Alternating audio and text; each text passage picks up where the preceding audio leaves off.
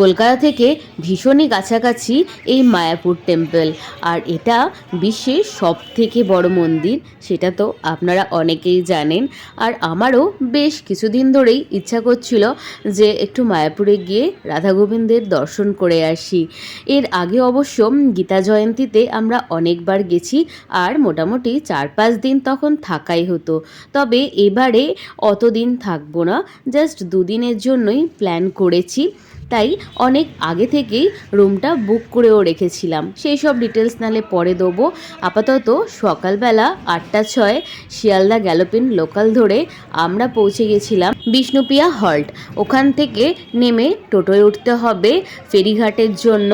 আর এই নবদ্বীপ ঘাট থেকেই আমরা লঞ্চে করে এবার ওপারে যাব মায়াপুরে। অবশ্য নৌকাও আছে, নৌকার ভাড়া ওই 5 টাকা করে পার পার্সন, আর লঞ্চে 10 টাকা। নৌকায় যেহেতু অনেকটা বেশি সময় লাগে, তার জন্য আমরা লঞ্চেই উঠলাম। এছাড়া আপনারা চাইলে নবদ্বীপেও স্টেশনেও নামতে পারেন, তবে নবদ্বীপের থেকে বিষ্ণুপ্রিয়া হল্টে নামলে একটু সুবিধাই হবে। লঞ্চ থেকে আমাদের নামিয়ে দিল এপারে। এবার মন্দিরে যাওয়ার জন্য এখান থেকে আরেকটা টোটোয় উঠতে হবে। টোটো ভাড়া খুব বেশি না, ওই 10 টাকা করে পড়বে। আর কিন্তু অনেকটাই রাস্তা, সেই তুলনায় ভাড়াটা ঠিকঠাকই আছে। তো আপাতত আমরা মন্দিরের কাছাকাছি প্রায় চলেই এসেছি। আর এই দেখুন, বিশ্বের সব থেকে বড় মন্দির মায়াপুর। এটা নতুন মন্দির, এটা অবশ্য এখনও উদ্বোধন হয়নি। শুনেছিলাম নেক্সট ইয়ার উদ্বোধন হবে, তো তখন অবশ্য আবারও একবার আসব। আর এইখানেই ঈশ্বরদান ভবনে আমাদের মোটামুটি 1.5-2 মাস আগেই রুম বুক করেই নিয়েছিলাম, না হলে একদম যাওয়ার আগে আগে একদমই রুম পাওয়া যায় না, খুবই চাপের ব্যাপার। তখন আবার বাইরে থাকতে হবে, কিন্তু আমরা যখনই আসি এই মন্দিরের ভেতরেই থাকার চেষ্টা করি। তাহলে ভোর 4:30 মঙ্গল আরতিটা খুব সুন্দরভাবে দেখা যায়। আর বাইরে কোনো জায়গায় রুম থাকলে তখন মেন গেটটা তো মন্দিরের খোলে না, সেই ক্ষেত্রে আপনি বেলার যে সমস্ত আরতিগুলো হয়, ভোগ আরতি বা সন্ধেবেলা যে আরতি হয়, সেগুলো দর্শন করা যায়, কিন্তু এই ভোরের মঙ্গল আরতিটা দর্শন করা যায় না। চলুন এবার আমাদের এই ঈশ্বরদান ভবনে আমাদের রুম বুক করা আছে, সেখানে যাওয়া যাক। ঈশ্বরদান ভবন ছাড়াও এখানে গদা ভবন, গীতা ভবন, আরও অনেক ভবনই আছে, সেখানে রুম পাওয়া যায়। আপনারা চাইলে অনলাইন রুম বুক করে নিতে পারেন। তবে এই ঈশ্বরদান ভবনে রুমগুলো কিন্তু ভীষণই সুন্দর। ভেতরে ঢুকতেই সামনেই এনাদের রিসেপশন এরিয়া, আর ওই সাইডে রেস্টুরেন্টও আছে। চলুন এবার রুমে যাওয়া যাক। এটা হচ্ছে আমাদের রুম, একদম 2nd ফ্লোরেই দিয়েছে। রুমটা ভীষণই সুন্দর আর খুব বড়। 4 জন থাকার, আমরা 4 জনই এসেছি। আর প্রত্যেকেরই আলাদা আলাদা সিঙ্গেল বেড। এছাড়া রুমে 2টো চেয়ার, একটা সেন্টার টেবিল, আর এপাশে ড্রেসিং টেবিল, তার সাথেও আরেকটা চেয়ার আছে। আরেকটা টয়লেট কিটও দিয়েছে। এছাড়া ইলেকট্রিক কেটেলও আছে। তবে হোটেলে যেরকম ইলেকট্রিক কেটেল থাকলে তার সাথে টি বা কফি কিটগুলো দেওয়া হয়, এখানে কিন্তু সেটা দেওয়া হয়নি। আমি ইভেন জিজ্ঞাসাও করেছিলাম, বলল যে না, এটা দেওয়া হয় না। আর ওই টয়লেট কিট ওটা একবারই দেওয়া হয়, কোনো কিছু রিফিল হয় না। আর একটা বড় ওয়ার্ড্রপ, এখানে 2টো টাওয়াল আছে, আর নিচে দেখছি 4টে ব্ল্যাঙ্কেটও আছে, কারণ এখন তো মোটামুটি বেশ ভালোই ঠান্ডাটা আছে। আর ওই সাইডে তো কলকাতার থেকে ঠান্ডাটা একটু বেশি। আর এরকম একটা কিচেন এরিয়াও আছে, আর আর জলের একটা ব্যবস্থাও আছে। এগুলো সমস্ত কিছু রুমের মধ্যেই ছিল, আলাদা করে জল কিনতে হয়নি। আর এই সাইডে বাথরুমটাও বেশ বড়, গিজার আছে, আর বেশ সুন্দর। স্নানের জায়গাটা পুরো আলাদা করে এরকম পার্টিশন করা আছে গ্লাস দিয়ে, আর বেশ ভালো, পরিষ্কার পরিচ্ছন্ন। আমার তো স্পেশালি এই রুমটা খুব পছন্দ হয়েছে। আমাদের রুম রেন্ট পড়েছে 3000 পার ডে। রুম রেন্ট কিন্তু অকেশন অনুযায়ী ওঠানামা করে, সেটা বুক করার আগে আপনারা একটু চেক করে নেবেন। আর ফ্রেশ হয়ে নিয়ে আমরা চলে গেছিলাম গদা ভবনে প্রসাদ খেতে। খুব সিম্পল খাবার ছিল কিন্তু খুবই সুস্বাদু ছিল। প্রসাদ গ্রহণ করে আমরা ঠিক করলাম যে একটু রেস্ট নিয়ে নিই, আর সন্ধেবেলা চারপাশটাই একটু ঘোরাঘুরি করলাম, কারণ আর বেশি কোথাও যাইনি। আর পরের দিন সকালে মঙ্গল আরতি দেখে একটু ব্রেকফাস্ট করে নিয়ে আমরা বেরিয়ে পড়লাম এখন একটা টোটো ভাড়া করে গোশালার উদ্দেশ্যে। মন্দিরের এই ভেতর থেকে আপনারা টোটো পেয়ে যাবেন, পার পার্সন ওই 15 টাকা করে নিয়েছে। বেশ কিছুটা দূরেই আছে, বেশ সুন্দর গ্রামের পরিবেশ দিয়ে আমরা পৌঁছে গেলাম গোশালায়। তবে এই যে রাস্তাটা দিয়ে এলাম, এখানেও কিন্তু প্রচুর ভবন আছে যেখানে থাকা যায়। চলুন এবার গোশালার ভেতরে যাওয়া যাক। এখানে শুনেছি খুব ভালো ঘি, দই, রাবড়ি এইসব নাকি পাওয়া যায়। এছাড়া আরও অনেক কিছু ধূপ ঠুপ পুজোর সামগ্রীও এইসবও নাকি এখানে পাওয়া যায়। আর গোশালার ভেতরে ঢুকেই তো প্রচুর এখানে গরু, আর চাইলে আপনারা এখানে ডোনেটও করতে পারেন। তো এখানে আমি প্রথমবার এলাম, আসলে এর আগে অনেকবার এসেছি কিন্তু গোশালার এই দিকটা কখনো আসাই হয়নি। মন্দিরের চারপাশটা ঘুরেছি, এছাড়া বাইরে আরও অনেক লোকাল সাইট সিনগুলো টুকটাক করেছি, কিন্তু মন্দিরের ভেতরে এত সুন্দর একটা জায়গা আছে শুনেছি, কিন্তু আসার সময় আর হয়ে ওঠেনি। কিন্তু এবারে আগে থেকেই প্রি প্ল্যান ছিল যে এবার বাকিগুলো ঘুরি আর না ঘুরি কিন্তু গোশালাটা দর্শন করবই করব। বেশ অনেকটা বড় এরিয়া নিয়ে কিন্তু এই গোশালাটা। ইচ্ছা আছে এখান থেকে রাবড়ি অথবা দই কিছু একটা ট্রাই করব। শুনেছি তো খুবই নাকি ভালো, আগে অবশ্য কোনো দিন খেয়ে দেখিনি, তবে আজকে একটু খাওয়ার ইচ্ছা আছে। তো এরকম একটা ছোট দইয়ের আমি ভার নিয়েছিলাম, কিন্তু সত্যি কথা বলবো খুব একটা ভালো লাগেনি। তো আপনাদের ইচ্ছা হলে আপনারা ট্রাই করতেই পারেন। তা ওখান থেকে ঘুরে এসে আমরা আবার মন্দিরের কাছে চলে এলাম। এটা হচ্ছে নতুন মন্দিরটা, এখন তো উদ্বোধন হয়নি, তবে 50 টাকা করে টিকিট কেটে আপনারা মন্দিরের ভেতরটা দেখতে পারেন। তো এর আগে আমি দেখেছি, তার জন্য এবারে আর ঢুকলাম না।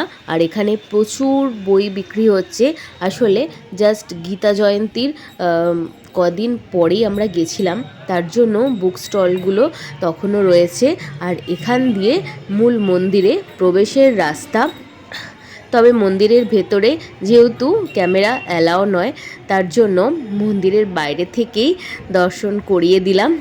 এত বড় মন্দির, আমি প্রায় 10-11 বছর আগেও যখন এসেছি তখন তো সবে কাজ শুরু হয়েছে। মানে কত সময় লাগে এত সুন্দর একটা মন্দিরের কাজ পুরো কমপ্লিট হতে। আর এখানটায় দেখুন সমস্ত কিছু ডিটেলসে লেখা আছে, কখন মঙ্গল আরতি, কখন দর্শন আরতি, এছাড়া ধূপ আরতি, ভোগ আরতি, সমস্ত কিছু এখানে টাইমিং সুন্দরভাবে দেওয়া আছে। এছাড়া মন্দির খোলা আর বন্ধর সময়ও লেখা আছে।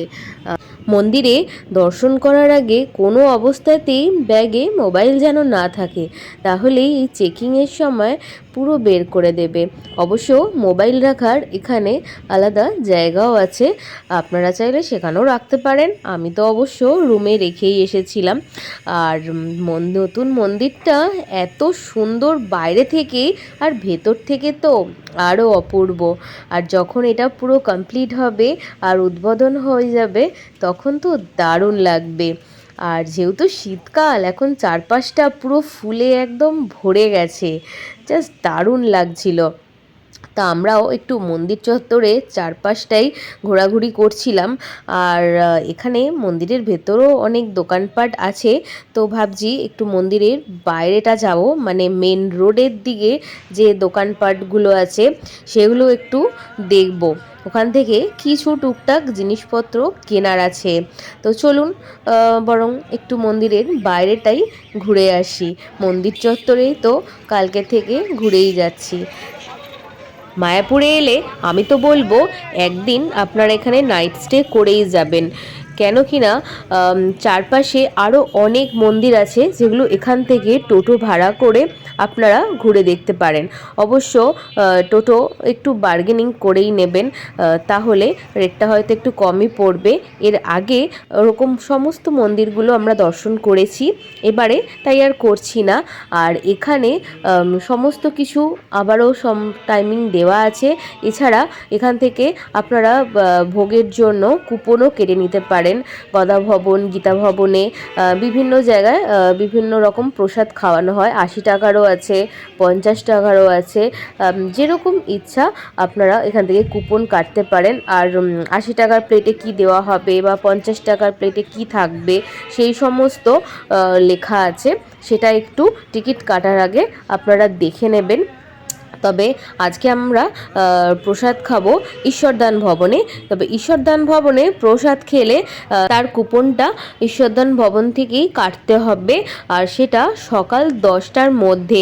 কিন্তু এই বাইরে গেটের থেকে ঢুকতেই সামনেই যে প্রসাদের কাউন্টারগুলো দেখালাম, এখানে কিন্তু 12:30 1টা অবধিও আপনারা কুপন পেয়ে যাবেন। মন্দিরে ঢোকার পরেই কুপন ঘরের পাশ দিয়েই যে রাস্তাটা গেছে, ওখান দিয়ে গেলে আপনারা এই মিউজিয়ামটা দেখতে পাবেন। মিউজিয়ামের ভেতরেও ক্যামেরা অ্যালাউ নয়, তবে খুব সুন্দর করে ভেতরটা সাজানো গোছানো। মিউজিয়ামটা ঘুরে এলাম, ভেতরটা তো দারুণই সুন্দর, অবশ্যই আপনারা এলে একবার দেখবেন। আর মন্দিরের মেন গেটের পাশেই এক সারি অনেক দোকান আছে। এখানে ঠাকুরের বিভিন্ন রকম জিনিসপত্রও পাবেন, ড্রেসও পাবেন। এছাড়া প্রচুর গোপী ড্রেসও এখানে পাওয়া যায়, কটনের মধ্যেও আছে, সিল্কেরও আছে, খুবই সুন্দর। অনেক কিছু টুকিটাকি জিনিসপত্র এখান থেকে কেনাকাটি করতে পারেন। মন্দিরের বাইরেও কিন্তু প্রচুর দোকান আছে, সেখানেও দেখতে পারেন। অবশ্য এই দোকানগুলোতে আমার যা মনে হলো একটু দামটা বেশি মন্দিরের বাইরে দোকানগুলোর তুলনায়। আর এটা হচ্ছে মিউজিয়ামের বাইরেটা, এই পাশ থেকেও জাস্ট দারুণ লাগছে। ঠিক নতুন মন্দিরের আদলেই কিন্তু এই স্ট্রাকচারটা বানানো। সকাল থেকে ঘুরতে ঘুরতে এখন প্রায় দুপুর 12:30 বেজে গেছে। এবার আমাদের যেতে হবে ঈশ্বরদান ভবনের দিকে, কারণ আজকে তো দুপুরে ওখানেই প্রসাদটা পাবো। সকাল 6টা থেকে 10টার মধ্যে ওখানে আপনারা কুপনটা করতে পারবেন। 10টার পরে গেলে কিন্তু আর কুপন পাওয়া যাবে না। আর অনলাইনেও কুপনের কোনো ব্যবস্থা নেই, এখানে অফলাইনেই কাটতে হবে। আর এই গোপী ড্রেসটা দেখুন, ব্ল্যাক আর পিঙ্কের মধ্যে কি দারুণ লাগছে। এই এতগুলো দেখার পরে আমার এই একটাই পছন্দ হলো। এটা হচ্ছে ঈশ্বরদান ভবনের মেন এন্ট্রান্সটা, আর ভেতরটা তো খুবই সুন্দর সাজানো গোছানো, তবে অনেকটা বড় এরিয়া নিয়ে প্রচুর হাঁটা। তবে এই মন্দির চত্বরে এত হাঁটতে হাঁটতেই পা ব্যথা হয়ে যাবে চারপাশটা। আর এই পিঙ্ক আর ইয়েলো কম্বিনেশনের যে কাগজ ফুলগুলো জাস্ট দুর্দান্ত লাগছিল। আর ফটো তুলবার তো প্রচুর জায়গা, মানে এত সুন্দর সুন্দর ফুল নিয়েই নানান পোজে দারুণ দারুণ ছবি তোলা হয়ে যাবে। আর শীতের দুপুরে এরকম সুন্দর সাজানো গোছানো বাগানে বসে আড্ডা মারার জন্য খুব সুন্দর এখানে চেয়ার টেবিলেরও ব্যবস্থা আছে। তাহলে খাওয়া দাওয়া করে একটু বসাই যেতে পারে, কিন্তু এবার আমাদের ভেতরে ঢুকতে হবে। এত ফুল দেখে আমি তো মোটামুটি পাগল হয়ে গেছি, মানে মনে হচ্ছে সব ফুলগুলো ছিঁড়ে নিই, কিন্তু ফুল গাছে থাকলে কিন্তু বেশি সুন্দর লাগে। তো যাই হোক, আমাদের লাঞ্চ টাইম 1টা থেকে 2টো, আর টাইমের আগেই আসতে হয়েছিল, কারণ বাইরে বেশ একটা লম্বা লাইন পড়ে গেছিলো। আর অনেক রকমের আইটেম দেওয়া হয়েছিল, প্রত্যেকটা খাবারই জাস্ট দুর্দান্ত। 150 টাকা করে থালি। অবশ্য রাতেও চাইলে আপনারা এখানে ডিনারটা সারতে পারেন, রাতে 100 টাকা করে থালি। অনেক রকম আইটেম থাকা সত্ত্বেও সব কিছু আবার সেকেন্ড টাইমও দেওয়া হয়েছে, শুধু মিষ্টি আর এই পায়েসটা বাদে। না, খাবার দাবার আমার তো বেশ ভালো লেগেছে এখানে। এটা পুরো রেস্টুরেন্ট টাইপ। আর ব্রেকফাস্টেরও যা দেখলাম ব্যবস্থা আছে, তবে লাঞ্চ আর ডিনারটাই এখানে মানুষ বেশি করছে। আমরা যখন খেয়ে বেরোলাম, বাইরেটা দেখুন, আরও বিশাল লম্বা লাইন পড়ে গেছে। মানে 12:30 থেকেই মোটামুটি লাইনটা পড়ে যায়। লাঞ্চ সেরে আমরা এখন চললাম বাড়ির উদ্দেশ্যে। দুদিনের মায়াপুর ঘোরা আমাদের তো কমপ্লিট হলো। যেভাবে এসেছি ঠিক সেইভাবেই আমরা এখন যাচ্ছি বিষ্ণুপ্রিয়া হল্টে, কারণ ওখান থেকে 3:40-এ আমাদের শিয়ালদা লোকাল, যেটা মোটামুটি ওই সন্ধে 8টা নাগাদ পৌঁছে দেবে। যদি ভিডিওটা ভালো লাগে অবশ্যই চ্যানেলটা সাবস্ক্রাইব করবেন।